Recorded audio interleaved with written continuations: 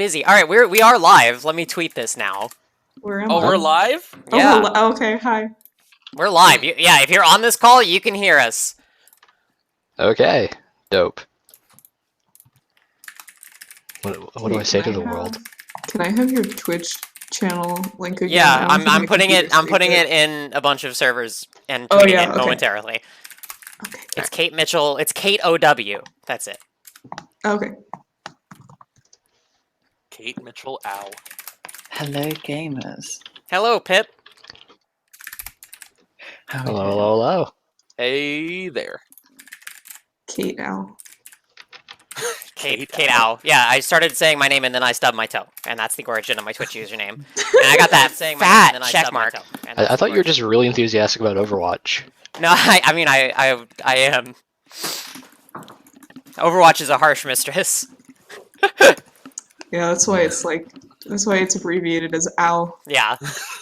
The Overwatch giveth and the Overwatch taketh away.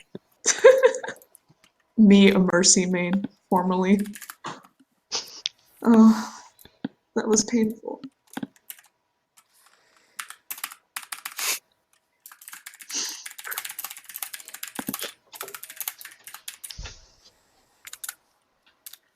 Why would you come into the break room specifically to tell us that you don't read Snowbound Blood? It's their flex. Yeah. Because they still play Snowbound Blood, but they don't read it. They just don't read absorb the anything. information through metatextual osmosis. It's like a speed run. You like click through it as fast as you can. No, you just press skip. It just blazes through everything else.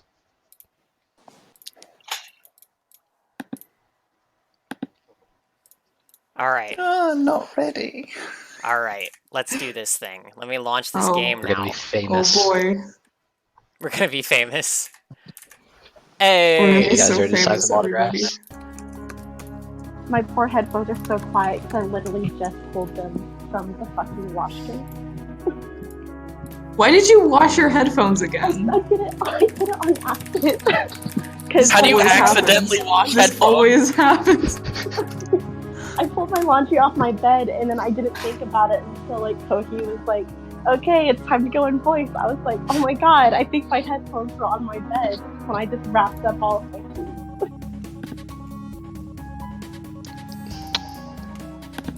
So Well, that wasn't a sound notion. I got it. I got it. All right. The game is on my stream. Oh boy, gamers. Oh boy. Nice. Welcome to Purple Day. Yeah, it's a day where we give rights to purple people. Thanos And- included. We Yeah. give rights to purple people and the people that eat them. Yeah. Oh god. Orca snaps. So I just realized, wait, you guys have like no way to know to see what I'm doing. Other than in the stream, yeah. Hold on, wait. I feel like wait. KC told me how to do this once. I can figure this out. I can screen share to just you guys. Huh. Once I have dev mode on. Okay, I need to turn on developer mode. Run as administrator. Yeah. That's Oh, that's a notification. Olshu is now following. I love your art. Thank you for the Am follow. I gonna have to hop on the app for this? Because I use web for some reason. No, I think which it I don't should think work. supports You screen sharing. distress me so much. Where do I turn on developer mode? Listen, it works more than app, because every time I try to use the app and join a call, it ends up like freezing. I have to like reset it like 3 times before it finally connects. I don't know why, but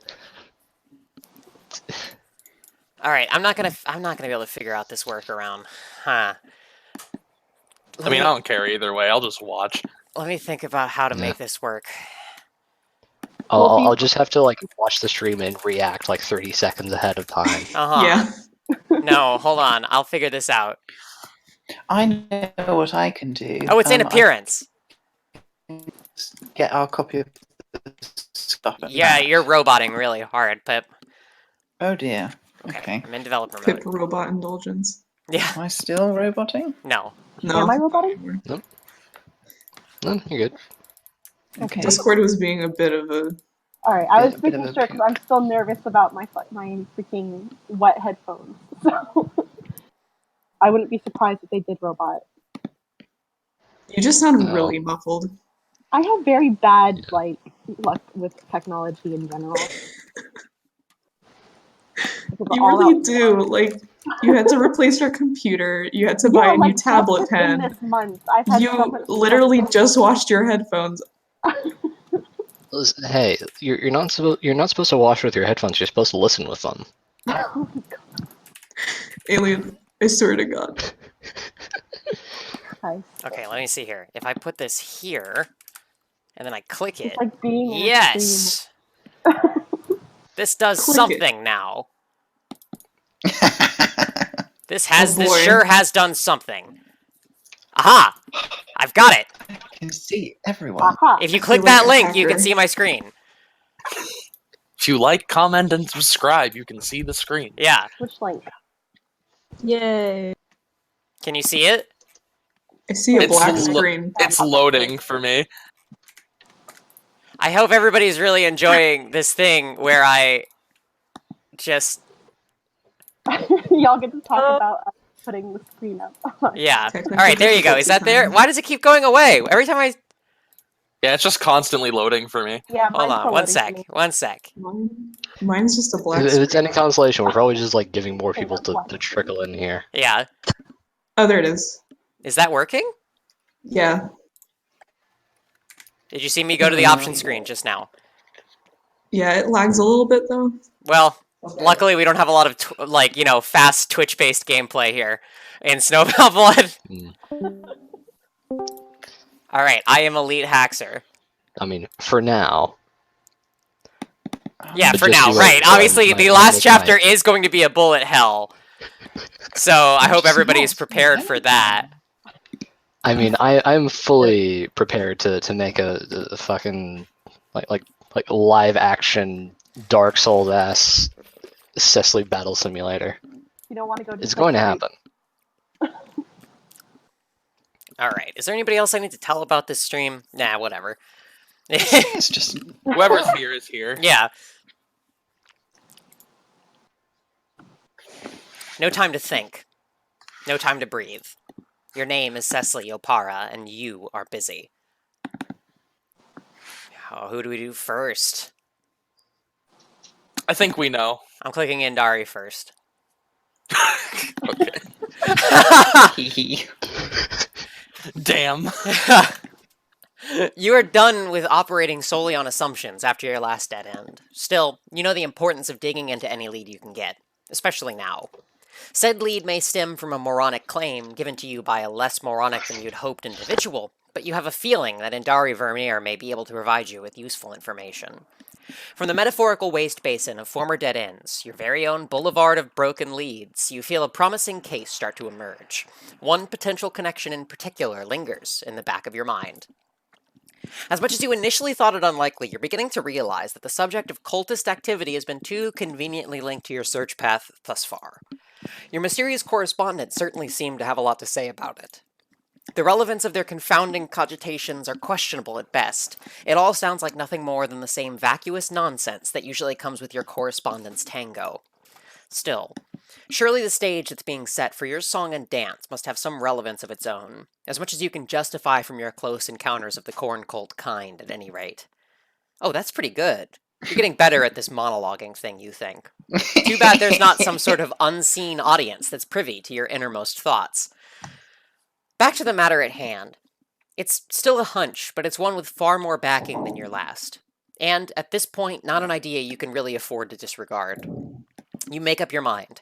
It's high time you found some new avenues of possibility. It doesn't take you long to pinpoint your next mark's location. The invasive advertising littering the streets provides you with the information you need, before you can even wonder where to come across it. Looks like you are just in time to make it to the end of an ongoing show at Stronghold 21's largest theater. And it's not all that far, either. The building itself is an architectural standout, considering it's one of the older structures in this part of the Stronghold. Its distinctive aesthetic makes the theater entrance an effortless find, which really you're thankful for. You've been through enough toilsome rat mazes in recent memory. Of course, you're also without any sort of invitation or purchase tickets to the event. Not that such a dilemma has ever stopped you before. It certainly isn't going to start now. It's all in the way you carry yourself. A simple display of persuasion here, a little flash of authority there at the entrance, and you're all set. Easy. You waste no time in moving swiftly across the theater's lobby, straight toward the padded doors at the opposite end of the room. The questioning glances you receive along the way are dutifully ignored. From this side, you can hear the thrum of the speakers projecting a single voice on stage. Occasional hoots, haws, and sounds of endearment emanate from what you estimate is a rather large audience. Sounds like a busy show. Not the kind you're very partial to, but you never intended on sticking around to watch anyway. You crack the door open. It's a dark, massive room. The only sources of illumination are the various flashing effects and lights coming off the side of the stage. A few observers seated at the back cast an annoyed glance in your direction, as the stage lights are momentarily dulled by your intrusive presence in the lit doorway. You have more important things to concern yourself with than the fleeting emotions of complete strangers. They'll live, you think, before slipping inside and letting the door shut behind you. You take a moment to map out the room, charting the open spaces for the best path through. Then you direct your gaze toward what's holding everyone's attention. Your target is on the stage up ahead, beaming with exuberant energy as he flits about the beautifully decorated scene in a series of graceful steps. His movements are fluid, smooth, a skillful dance to accompany his act in a grandiose display of charisma. The audience is growing progressively more anxious, it seems. There's a sense of anticipation in the air as what you can only assume to be some sort of grand finale is built up. You really did arrive with perfect timing. You may even be able to get through this investigation in a timely fashion if you manage to catch him fast enough. Even before you got your referral from BitCon, you could have easily called his face to mind, what with it being plastered on all manner of public advertisements and news feeds. Being quite the acclaimed, illusionary performer and well-known celebrity across the mass, Indari Vernier's rising star makes for no small target. He first started to pop up on the public radar as a small street performer, doing little magic tricks and celestial readings for anyone that came by. Eventually, he gained enough recognition that some big leading hotshots saw fit to give him an opportunity on the stage, which turned out to be a huge success and further skyrocketed his popularity. Now he spends a majority of his time putting on large-scale shows for massive audiences, traveling all around the continent and accruing even more attention from the masses. What's more noteworthy to you, though, are the hushed whispers of what came before his rise to fame. There's a quiet but pervasive rumor that surfaces from time to time, detailing a past supposedly rife with cultist activity, which he's consistently avoided addressing when mentioned. Perhaps he has something worth hiding. If there's any validity to this gossip in the slightest, you'd like to see what exactly lies behind it for yourself. You move away from the door, still keeping close to the back wall and slipping into the shadows. It's best not to draw more attention to yourself than necessary, which means you are not going to make a single sound while Indari is still up on the stage. You have plenty of talents to offer the world, but this is not your preferred method of display. The logical course of action would be to sneak into the backstage area and catch him there, preferably without an audience's observance. At this point, the music in the auditorium has reached a vibrant crescendo, and Indari is poised to unveil one final trick. With an intricate motion of his hand, the show's climax is revealed.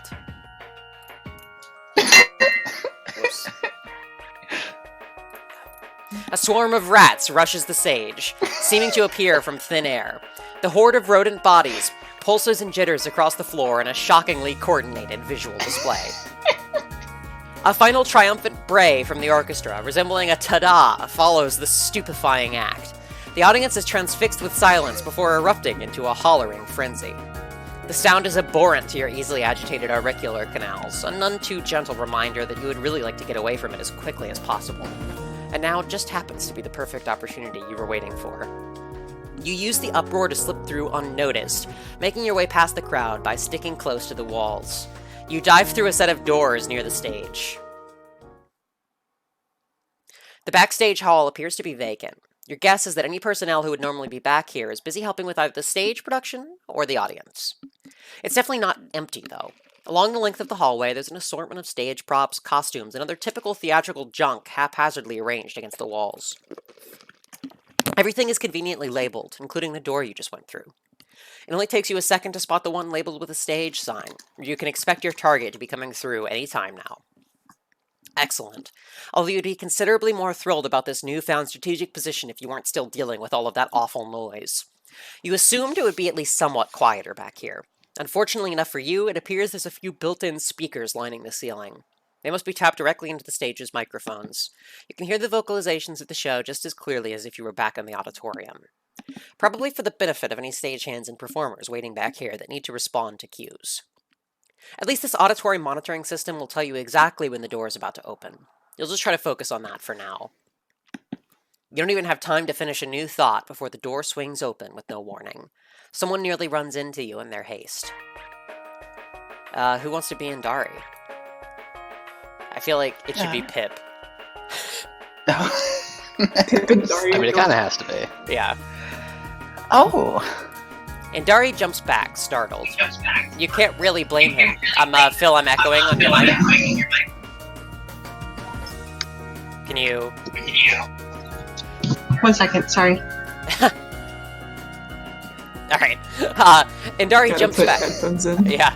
And Dari jumps back, startled. You can't really blame him for not expecting anyone to have been at the bottom of the stairs when he came through. Pardon me, dear. You're not usually back here. I don't believe I've seen you before. His disposition is sweet, almost sickeningly so. It gives you an unsettling inkling that you're in for another tedious interaction. Still, there's no need to be too harsh too soon.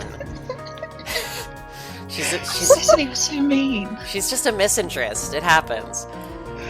I can't say I'm a frequent attendee, no. I'm Chief Regulator Cecily Opara. I have a few questions for you regarding an ongoing case.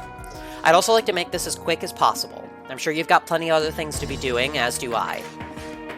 And Dari's eyes seem to light up at the prospect, completely dissolving any prior hint of wariness in his expression. Right. Yes. I thought you might be coming by sometime soon. It's an honor to meet you indeed. I'd be happy to provide any assistance that I'm capable of. I'm sure you're already aware, but for the sake of return formalities, my name is Endari Verni. 1 second. What would you like to know, Regulator? You might as well get the most pressing matter out of the way, even if you're not looking forward to talking about it again in any sort of detail whatsoever. Judging by Endari's attitude so far and who he's acquainted with, you're likely going to get more nonsense than you'd strictly prefer. First off, I'd like to follow up on an alibi provided by Bitcoin Crypto. He claimed that the two of you were close. The only semblance of an explanation for his lack of involvement in the crime was that the two of you and a few others were eating together at the time of the incident. As it stands, I'm not very inclined to believe such a flimsy excuse. Did he relay a ludicrous account of our outing to you as well? It is absolutely not how he described it, I assure you. The ridiculous parts, at least. I mean, really it's quite adorable to see him much more speechless than usual in certain situations. But yes, he was with me, for sure, as well as our other two companions. We were all rather tight-knit. A very solid group, if I do say so myself. Believe me, his attention was stolen, and the man himself was wholly occupied through the entire night. And I know for a fact that if anything abnormal was indeed occurring, he would have been a bit more distracted. He wasn't involved in this ordeal. As troubling as he can be at times, I promise, Bit is a genuine sweetheart where it counts. You have a really difficult time imagining that in any possible way. From what I understand of the situation, I don't believe it's actually something he would mess with. You're welcome to ask the others too if you like, of course. However, unless you happen to find yourself already speaking to them for a different reason, I wouldn't see it being a very effective use of your time. You wouldn't argue with that claim. Most likely he's right. You'd only be presented with the same unavailing cover story about how much of a good group of friends they are over anything valuable. Nothing said here really proves anything one way or another, but whatever. It's still a dead end unless you can come up with more solid evidence in the future. Also, you just do not want to talk about that guy ever again unless absolutely necessary, so you won't as long as you can help it. You sigh. Sure, I suppose that's enough about him for now. Is that all you came here to inquire about, Monsieur Para? Not exactly, no. I also received what appears to be an old flyer for some of your horoscope reading services. I was under the impression that you'd mostly stopped doing those, but your history with them leads me to believe that you may have some valuable insight on certain occult practices regardless. Indari falls silent for a short moment, freezing in place with a hint of unease, almost as if you just insulted him in some way. It doesn't last, though, as he quickly recollects himself and doubles back on his former disposition. Odd. A flyer? What flyer do you mean? You pulled a slip of paper out of your coat pocket, handing it over to him. He's relatively collected, but still seems rather eager to take it from you. Oh, I completely forgot I'd even passed this particular one on. You are correct, though. Unfortunately, I do not get to do these much anymore. The flyer is absolutely outdated and not very relevant. I've only passed a few of these off in the past to specific individuals I trust. The public gets a bit hectic over the idea, considering my position now. Most use it more as a means of getting close to me, rather than actually holding any interest in the service itself. But I also simply prefer to focus on my performance work instead. Well, even if you stopped entirely at this point, it's not been that long since you were at least somewhat involved. These sorts of practices are usually found in niche worship traditions, primarily important to devout individuals. Certainly that implies you have at least some sort of familiarity with the idea, doesn't it? A few other trolls have started to come into the hallway by now. Once again, his presentation shifts slightly, showing a faint glimmer of discomfort. His eyes dart briefly to each of his sides in turn. Does it? I do believe interest in the subject at large and the associated ideals themselves have to come hand in hand, strictly speaking. Space and the scope of the stars can hold an array of meanings and importance to different individuals for different reasons. That's not what I asked. Hmm. He's dodging the question. You expected this, at least partially, but the more you see from him, the more you wonder why he's acting so secretive and avoidant of the subject. Being overly suspicious is still not something you'd like to get into a habit of, but sometimes a little concern can prove to be useful in the end. Perhaps we should move somewhere else if we are to continue this conversation, yes? I'd hate for us to be in everyone's way, or potentially release sensitive information to any prying ears, intentional or otherwise. That's fine, I suppose. So long as we hurry it up. I'm not here to bounce locations a dozen times for a single conversation. Please, not again.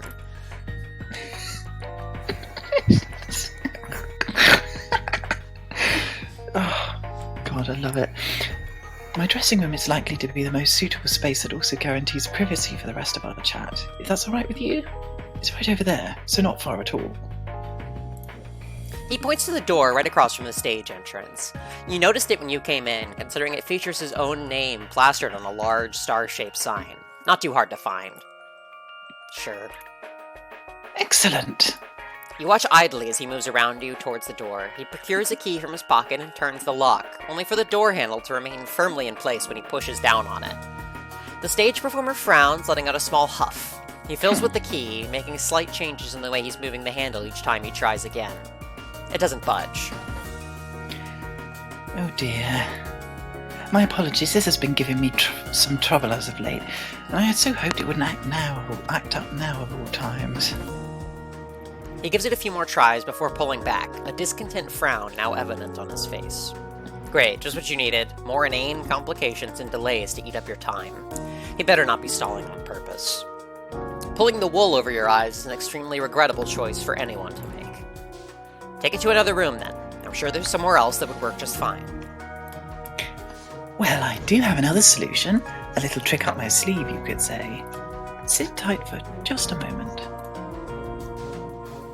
He then scurries off into another room down the hall. At first you consider going after him. He could be making some sort of escape for all you know.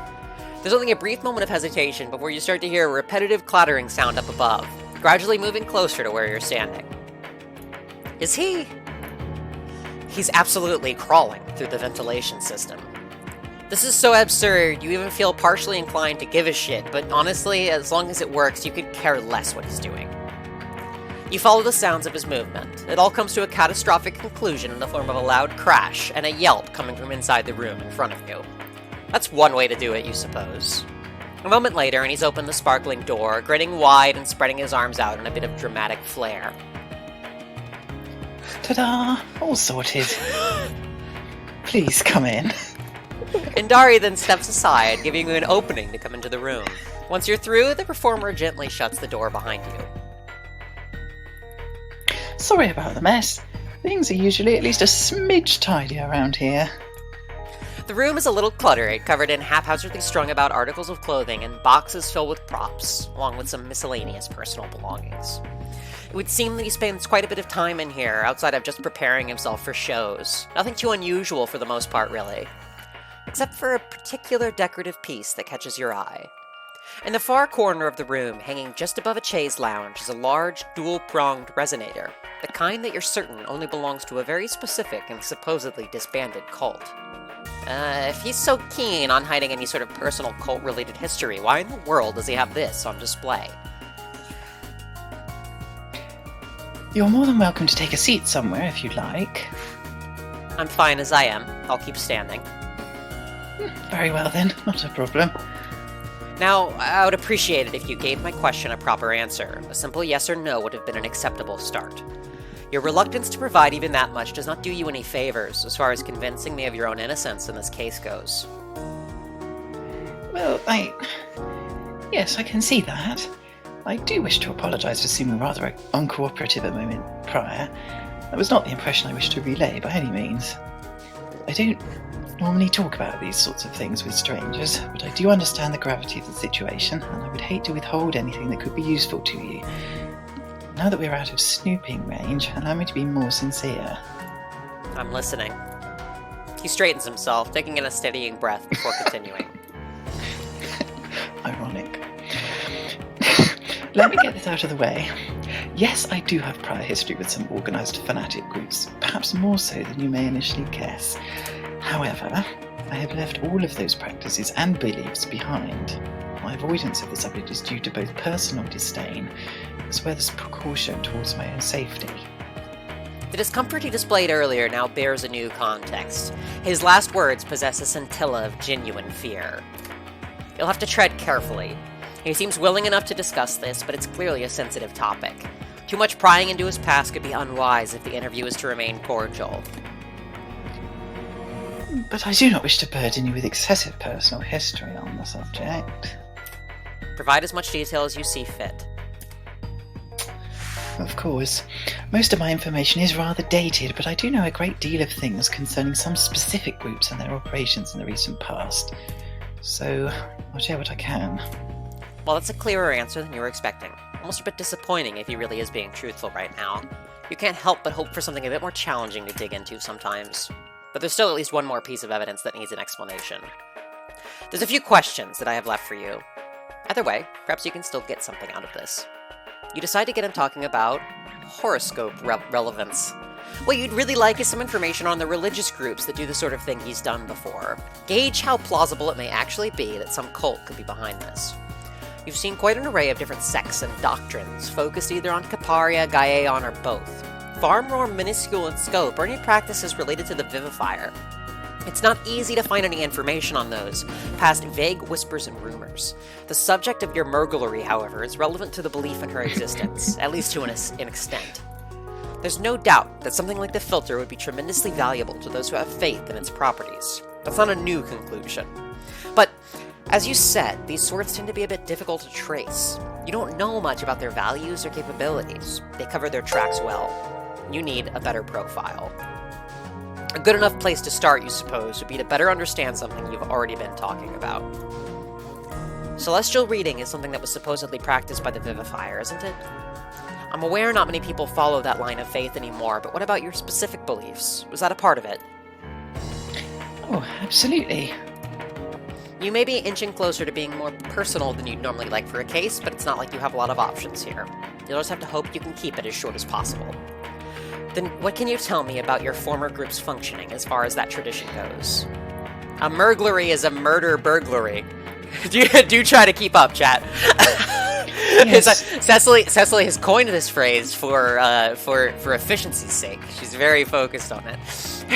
His eyes wander down toward the floor, and contemplative and unsure, filling the silent gap in conversation with a feeling you can't place. It's still lingering there when he glances back at you. Sorry, I just love I love people using the word Mercury so much. It's a good word. It's very nice. Also, hi. Hello. Welcome back. Well, horoscope reading came from the idea that the Vivifier herself was a prophetic and divine individual. She possessed great insight into the future, in addition to all the other ostensibly wondrous things about her.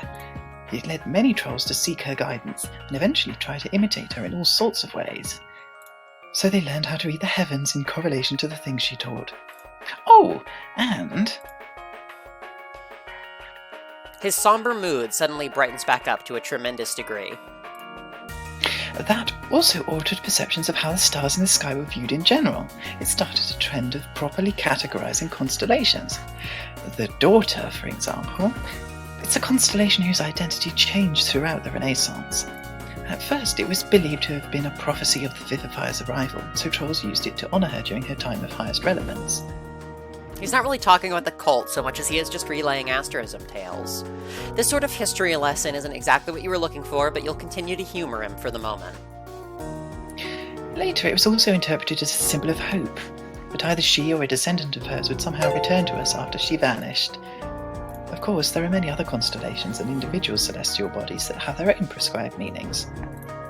Okay, now you've heard enough. He's just going to keep blabbering about stars unless you intervene. Time to fix that. We're getting pretty off track. Oh, right, sorry. You seem fairly enthusiastic about all of this for someone who claims not to follow the same principles anymore. There's clearly some connection still being harbored here. I was told you no longer do any readings yourself in the present. Have you been lying to me, Mr. Vernier?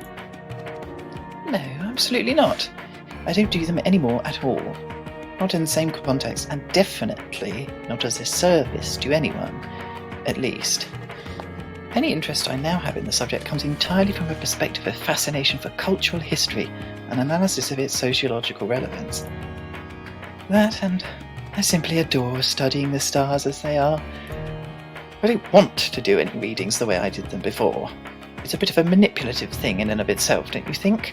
Trying to tell someone what they're predisposed to be or how they should behave at any given time on the expectation of a secret predetermined outcome. The concept of fate in any form does not exactly leave much room for freedom and personal growth, I'd say. Of course, I attempted to use it as a means of positive encouragement to anyone who came to me, but that still doesn't change the fact that I was proclaiming undue authority and providing deceitful, unrealistic promises to complete strangers. I don't want to do something like that to anyone ever again, even with good intentions in mind. Well, there you have it. It's one of the reasons you dislike those particular kinds of bogus ideas. Too many people willing to exploit others. You can't really bring yourself to disagree with that last sentiment entirely, though, despite any philosophical differences you might have with Indari. Was it intentional manipulation for the sake of authoritative gain in the case of your sect? Without a doubt. After I actually paid attention, it was very obvious. They were using their own interpretations of certain texts to spread lies, and indoctrinated me to do the same. Anything in existence, especially something as mystical and awe-inspiring as the stars, can be given a meaning to perpetuate an agenda. Perhaps not all groups that follow those beliefs intend to use them for harm, but it certainly does happen. And it happened to me. Well, that definitely marks quite a large number of boxes on your mental checklist for extremely shady cult behavior. It doesn't really tell you anything pertinent to the case, but weirder and smaller things had become important before. You decide to get him talking about the decorative resonator. The mounted item on the wall is not something you can ignore. It's the one thing you have limited knowledge on, but it still concerns you. What you do know is that it's an incredibly rare object to see anywhere, especially under the ownership of someone who claims to lack any sort of religious practice. The small cult that used this particular item in rituals was extremely focused on balance as a core principle. They vanished without a trace some time ago, though it's anyone's guess as to why. Maybe they're just hiding. I noticed the resonator on display in the corner. I don't claim to know everything about their use, but I do know where it comes from. What's the purpose of keeping it there? Indari momentarily turns his head away from you to look at the object in question, as if he was unaware of it being there in the first place. Oh, that? I suppose I find it interesting to observe, for one, in the sense that I just think it's neat. The actual use of it, however, is not something I, or anyone else for that matter, really dabble in anymore. What use would that have been, precisely? You'll be delighted to know I have just the answer. Mostly, they were used in a variety of prayer rituals. The main concept behind them being that the dual prongs represented balance between both the All-Mother and the Naught Father, and everything that they both embody. In a ritual, a member of the congregation would continually strike the resonator to generate a continuously emitted frequency. This frequency was believed to bridge the gap between our physical and ethereal dimensions, allowing direct contact with the divine. The sound itself is quite pleasant at first. It does get stale fairly quickly if you're not into it, though. But most who are using it happen to be extremely invested in the whole thing, so the process could go on. Oh, sorry. No, he shrugs delicately before continuing. The process could go on for many hours at a time. An enchanting concept in theory, yet also one that I personally find to be extremely terrifying in application. You can understand how such a frequency would become very annoying very quickly, but you're not exactly sure what would lead him to call it terrifying. Or perhaps you can somewhat relate if it produces an effect in any way similar to that one disquieting experience you've had recently. You suppress a shudder. Something tells you this context is much more sinister than your alone incident in the fields. Elaborate. He pauses, frowning and crossing his arms in front of himself, as if to create a weak line of defense against the question. The rituals themselves were meditative. Everything surrounding it needed to be calm and quiet. That part was fine. What bothered me was when things actually started happening. Amidst the ringing, you were eventually able to hear what sounds like whispers. Usually unintelligible, but on occasion clearer things would come through, especially if there was any sort of speaker present. Of course, it didn't all amount to just that. Odd sensations, changes in the feeling of the room. Your body eventually goes numb, and all you can see is black, white and grey, dancing in your vision. The noise keeps getting louder. It was paranormal activity, I'm sure of it, and it felt rather like some sort of possession, which I am not a fan of in any way. It made me extremely uncomfortable, and is a huge reason as to why I didn't stick around in their midst for very long. Distortions of any kind are a curious topic in general, aren't they? I don't want anything to do with that on a personal level, but I mean, rather interesting to think about, I suppose.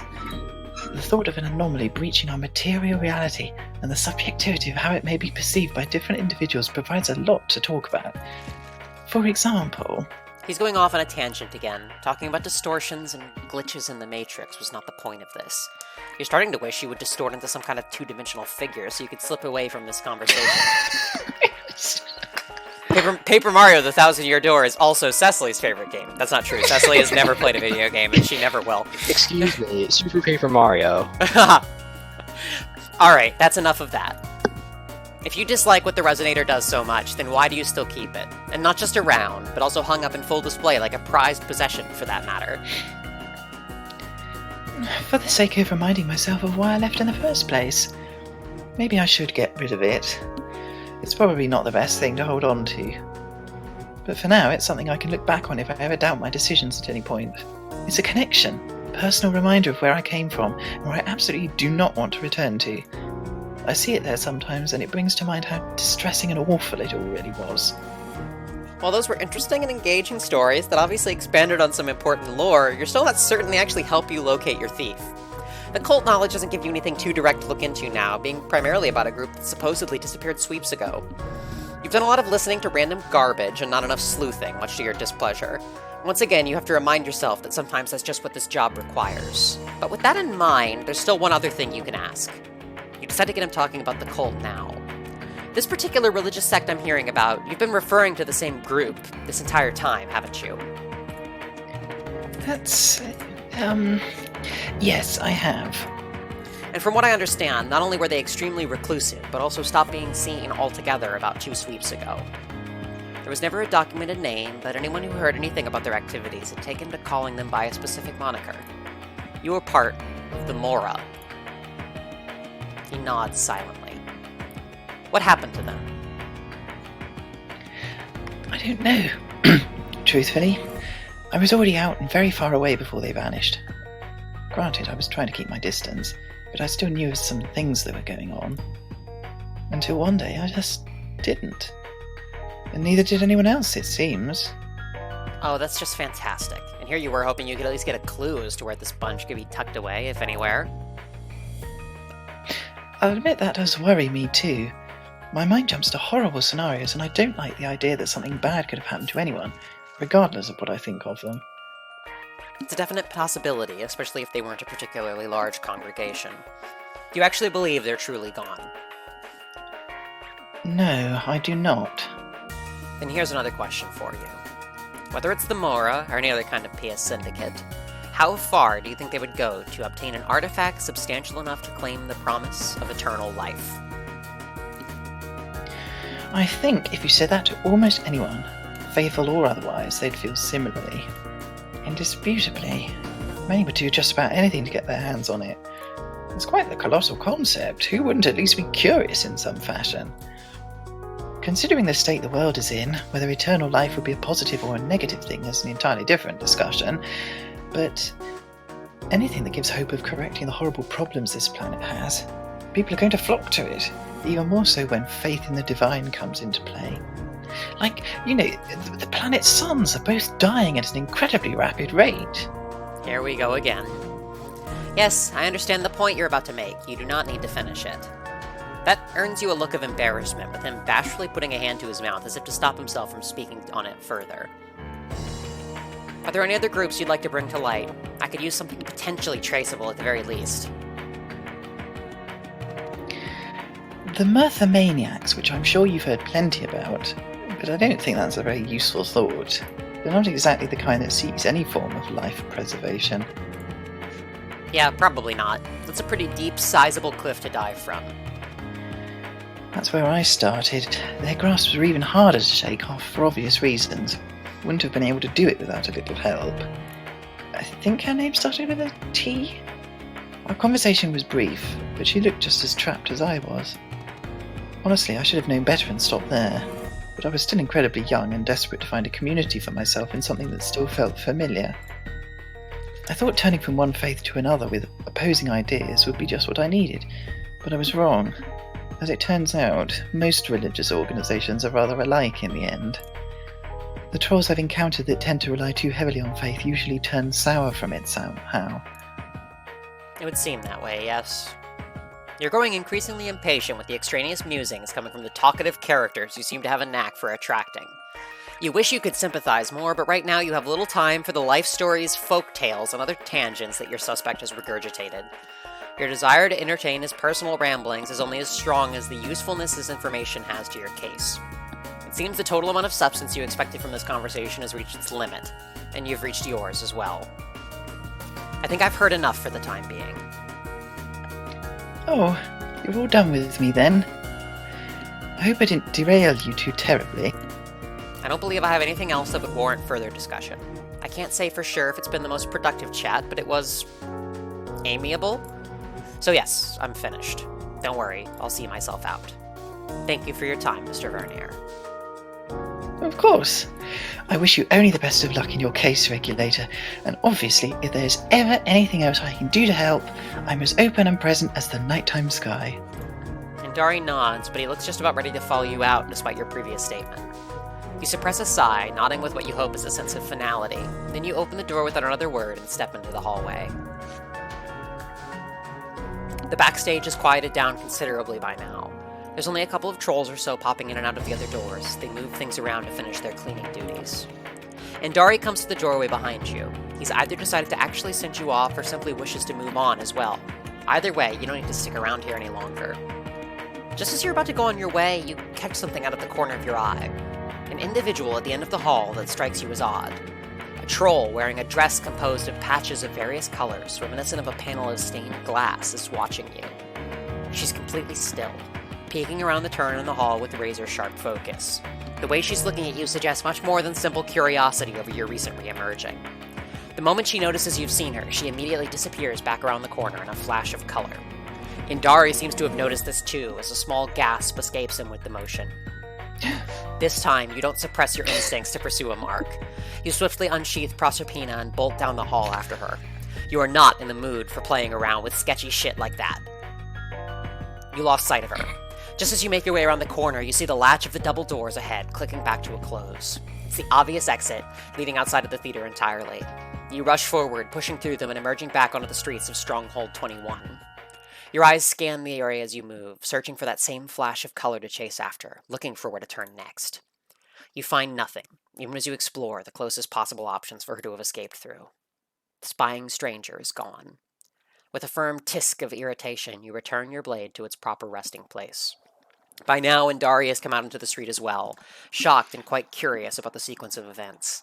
Perhaps he has enough reasons of his own to be concerned by it. The frustration of yet another important lead slipping right through your fingers so suddenly is evident. You're growing exceptionally tired of these moments leaving you falling short. Though, while you may have missed the chance to interrogate a potential spy, you are now absolutely certain of one more thing. You are being more closely and consistently monitored than you thought.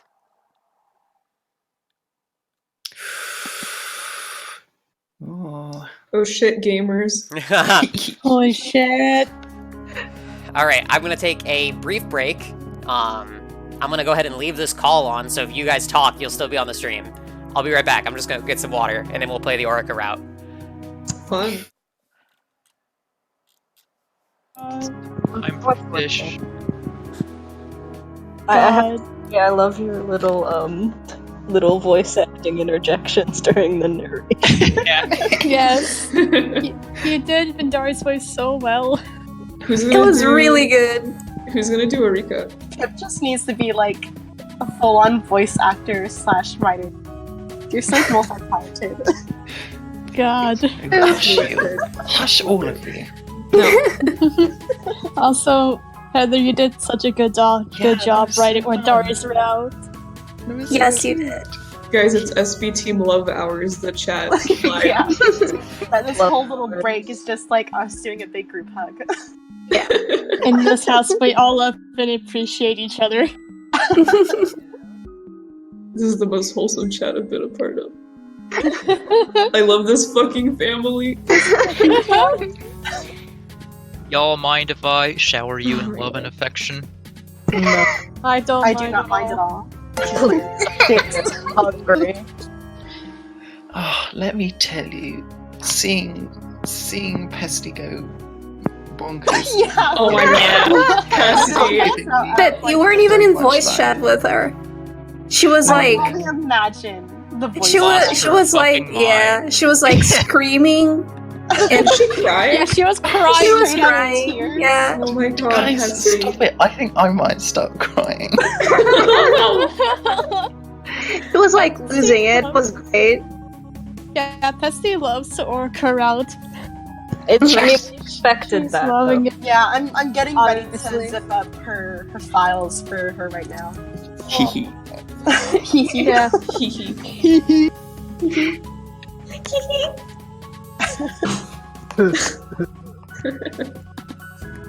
God, why the fuck Heather character is so good?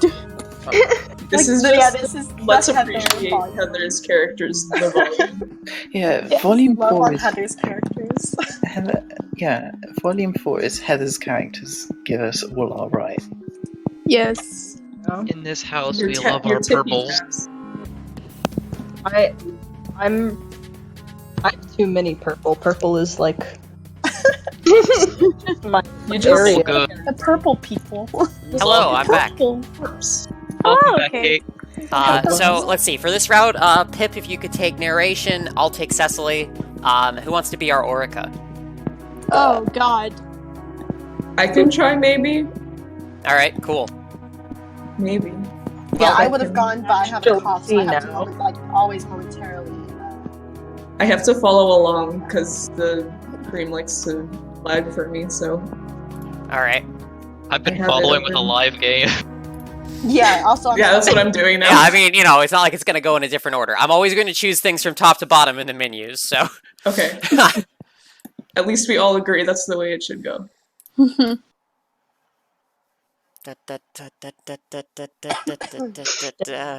is such a hard decision. All right, sorry. Make us dance. You're fine, Kate. Orica Rost is in danger. That's the conclusion you came to, standing in a cornfield and staring her photograph in the blurry face. You didn't even think about it. The next time you were on your bike, gunning it out in the air. The fact of her peril was so obvious that it would be insulting if anyone paused long enough to explain it. Sometimes narrative introspection is just too big a strain on your schedule. Oh. I'm just... Okay, wait, can we just, like, take a second For this and talk background. about this background? Yeah. Yeah, like Z's God, background was yes. So tasty. freaking, Oh. like, it's so tasty. I want to scoop this trash into my mouth. Please don't do that. I don't think you looks should do that. delicious. I'm It gonna does, it die. looks- I'm gonna. I can't hear you over the noise of me crunching this garbage. Well, I'm Let him gonna enjoy dive the right buffet. into the ocean and swim around and then die by Shut being up. eaten by a shark. I You feel threw like all... Oh, no, Dee's go on. probably like with how Lupa was with Pest's background. It's like never wants to see a piece of garbage. Oh yeah. Oh yeah, I am done with yeah. No, I can't do mechanical parts anymore. It's like yeah. Trash is cancelled. Trash is cancelled now. Trash is Friggin'. Trash is problematic. Okay, let's keep going. Let's continue with the route. You threw all caution to the wind, racing at top speed to get here. But now, making your way down to the shoreline, you've had to ask the wind for your caution back. You'll need it this close to the depths. Nobody lives on the coast without good reason. Repeton's hostile terrain is still nothing compared to the Icarus obsidian-tinted, eldritch-infested nightmare fuel that is its seascape.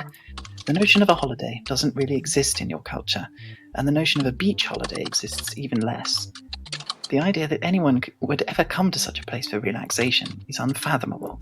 We've got a keyboard ASMR going on. Yeah. Equally unfathomable are the depths themselves, since nobody knows how deep they go. They might as well be bottomless. The powerful smell, which got steadily stronger as you drove towards the coast, is now threatening to overwhelm you. Your acid tubes aren't so much heaving as they are writhing in agony. It's basically the most disgusting thing you've ever smelt in your life. Think rotting flesh, and then dial that up to rotting everything. That's what your honk sniffer is dealing with right now. It's like if someone directed an open sewer into a landfill site which happened to be built next to a world-encompassing mass extinction zone. It's like that because that's literally what this place is. You hate coming here, but you have no choice. As you make your way through the trash dunes, piled high with junk and worthless garbage, you can't help but be reminded of something. Or rather, someone. Maybe it's the way your insides are currently suing for emotional damages. Did I actually write this? Maybe it's the way your insides are currently suing for emotional damages, but something about wading through a literal shitshow of cultural detritus and filth brings her to mind. What would she say if she could see you now? The very thought of her gloating over you for this malodorous misadventure makes you grind your crunch stumps in irritation. It's not like she is above any of this, though. Hell, she probably delivered some of this stuff personally. It's a pity she didn't throw herself on the pile for good measure. You leave this train of thought hastily on top of the trash heap that inspired it. You've got to stop getting distracted. Didn't you mention? You're kind of in a hurry at the moment. You're heading for a system of caves carved out of the promontory in the distance. That's where Orica lives. When she was first relocated here, she said that the bluff reminded her a lot of her deadly departed Lucis. You've never understood what the hell she was talking about. It's just a funny-looking rock to you. Getting there is proving to be a bit of an ordeal. You're having to weave to and fro through mounds of electrical junk, pre-Renaissance rubbish, and prematurely obsolescent modern gadgetry mixing together in one big incestuous techno-slurry. As you trek through it all, your ears aren't having as hard a time as your nose. Nothing much to hear, except the lapping of waves on the shore. It's oddly soothing, if a little sinister. Triumphantly cresting a mountain of Turnin' Kai branded interactive sing-along DVDs. Far too big to walk around. When your sensitive ears perk up a little, it's the sound of children.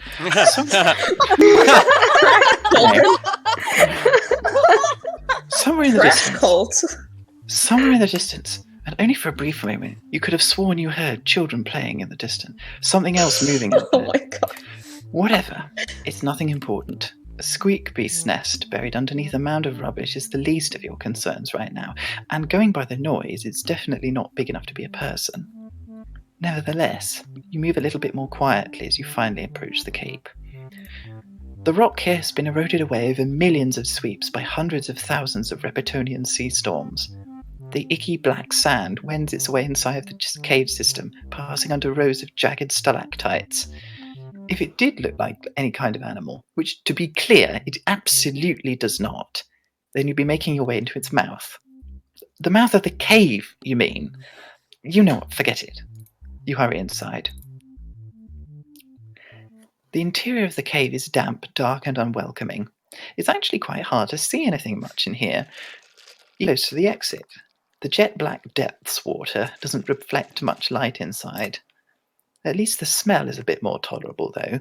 We've walked our way back to dead aquatic fauna on your personal scale of olfactory displeasure. Hopefully that means you can breathe a little easier for a while in here, but only literally, mind you. You've still got a former client to save. You begin to move deeper into the cavern, towards where Orica's hive should be. It really is very dark in here, though. You go to turn on your visor's torch setting, and...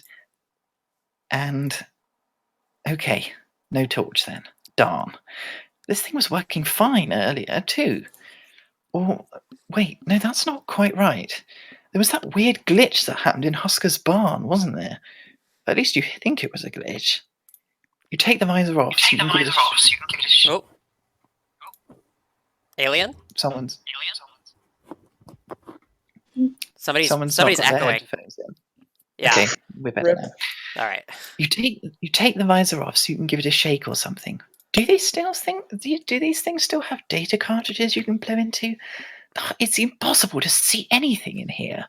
Well, at least... Click. Lots of things start happening all at once. The lights in the cavern come on out of nowhere, nearly blinding you. A low rumble starts up, and the floor of the cave begins vibrating. Over the top of that low bass hum, a klaxon shrieks and wails, so loud that your auricular sponge clots sear in pain.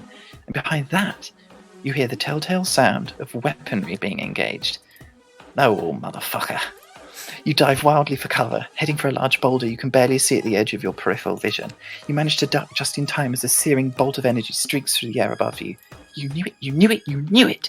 They've come for her just like you suspected, and you still walked straight into the trap they left for you like an idiot.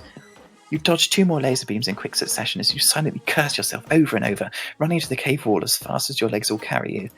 The sudden movement throws you off balance, though, and you desperately fumble for a few moments with the visor in your hands before losing your grip on it altogether. Shit! Excellent bit of voice acting there. Yeah, thank Kate. you. Really Anytime. well done. Anytime. 10 out of 10. I know, I'm waiting for my Oscar. Clip that. Your head whips around as you hurry on, and you barely manage to spot it as it tumbles through the air. Oh no.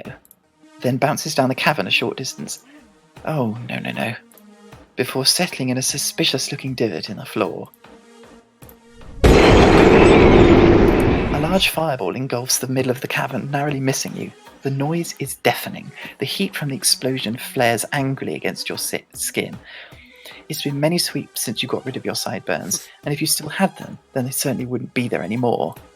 As the landmine went off, the explosion slammed you full force into the boulder you've been aiming for. Overcome with the noise and light and heat, your vision begins to swim a little.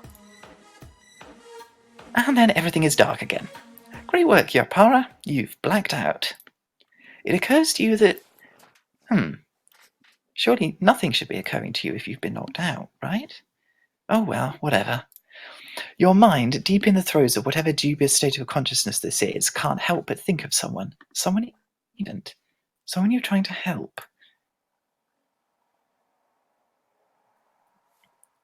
Recall... Oh, sorry, you cut On out any for a other bit. day... Oh, sorry, did I? Yeah, just, alright, continue. Oh. On any other day, this would be your go-to choice.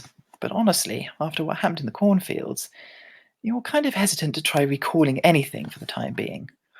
That doesn't stop you from straight-up lowercase remembering stuff, though, so you give that a try instead. Remember... Something was messing with your recalibration earlier. I don't know how I'm supposed to pronounce that, and I wrote the damn thing. Your recalibration. Remembering is likely the safest option. It's possible this distinction makes absolutely no sense, but you don't give a shit about that. Now, who was it you came to see? Omicron? No, that can't be it. Orissa? No, that's not right. Come on, this is important.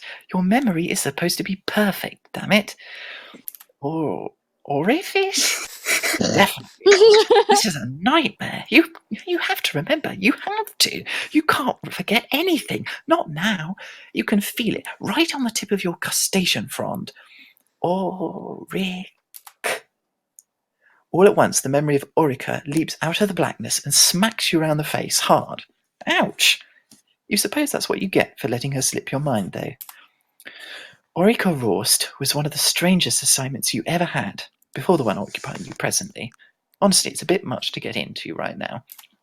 To cut a long story short, sweeps ago she ended up in big trouble, and you were asked to bail her out of it. But not the money kind of bail, more the chucking pails of water out of a sinking ship kind. You know what, since neither legal systems nor boats are really things your culture does, it's really weird that bailing someone out is an expression in your language at all. It really makes you think. Oh, right, you were supposed to be thinking about Orica. Ugh, your head. She's always been somewhat of a mechanical genius. But the problem with genius is that every so often it can make you do something very, very stupid. Anyway, she was a high blood in peril, and the mob wasn't interested in arguing with both you and your sword, so you got her off the hook eventually. But not without some complications. Medical ones. Once she'd recovered from the ordeal, Orica built you an electronic visor as a thank you for your assistance. The one that... No, you can't deal with that thought right now. It's too much. She was rehoused to this cave in secret, far away from anyone that might try and hurt her again. That was the plan, anyway. The anonymous tip had you doubting everything. You understood the danger the moment you saw the photo, because if she's been found, then who knows what could happen? Who knows what is happening to her right now? You've got to help her now. The memory of Orica leans in and smacks you around the face again? Fucking ow! And then you realise that this isn't a memory of Orica you're seeing at all. It hits a little too hard for that. You float back up into awareness slowly. Your vision returns first. Then the pain starts to blossom from your think pan. And then you begin to hear again. Cecily? Cecily? Read her emotes. Oh, okay, flushed. Oh. You're spread out on the floor voice under control. where you got knocked out. Orica is standing over you, looking... Well, you can't tell. You can't see her face through the screen in her helmet. Instead, what you see is some peculiar-looking pictogram. It means nothing to you. You blink up at Orica in a daze. Orica, what are you doing here? Thinking. At the moment, thinking. I'm puzzling out what you're doing, spread eagle behind a boulder, Glance Nuggets. OMG, Glance Nuggets. Could it be that you came to visit me? Flushed? I suppose you could say that.